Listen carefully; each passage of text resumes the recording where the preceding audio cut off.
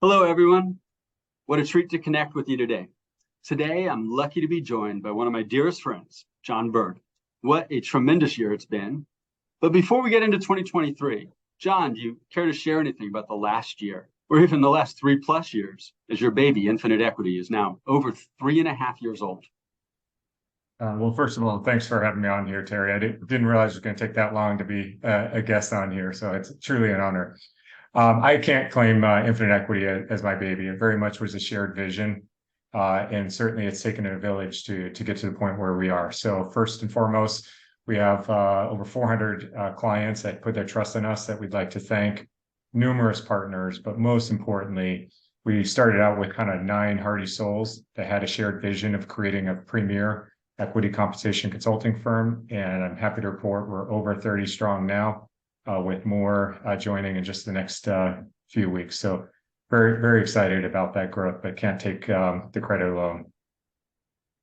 Well, Jon, I'm really interested to get your thoughts about 2023. From my standpoint, as we're coming into 2023, I generally just have been focused on this theme of transparency. There's been a lot of regulatory developments that have led it that way, pay equity, pay versus performance. But I'd be really curious if you had to wear your prognosticator hat, if you had to be a forecaster here, can you give me your top 3 predictions for 2023? Well, clearly you didn't listen to any of my predictions in 2020, or you may not be asking me this question this year. But first, let's kind of start with what I think is a very strong prediction, which is we're not going to see Tom Brady in a Super Bowl this year. I'm kind of feeling that already. You're right. You mentioned compliance. Well, we're kind of knee deep, maybe even neck deep in PVP related disclosures. And my prediction here is, well, it's not going to be much ado about nothing, because it's certainly a tremendous effort that companies are going through right now.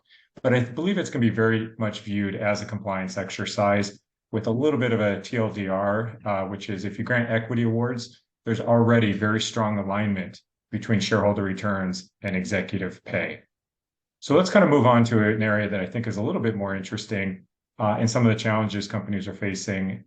Decreased share prices have put a real strain on the ability to grant equity to the same population, and has put some pressure on share reserves and burn rates. And rather than kind of the traditional reaction we've seen over the last decade, where the participation eligibility rates are dropped, I'm going to say we're going to see companies more start to really experiment or expand use of key performer share pools, adoption of ESPPs or expansion of existing ones, as providing a little bit more choice and flexibility into how equity is distributed and employees make decisions. All of this with education and communication. And the goal here is that companies are going to really try to get equity in the hands of those key performers that also really understand and value the equity that they're receiving. So those are my predictions here. That's great. I love the idea of investing in the existing talent and investing to raise the perceived value. That's great. So I'm looking forward to seeing how those predictions play out, JB.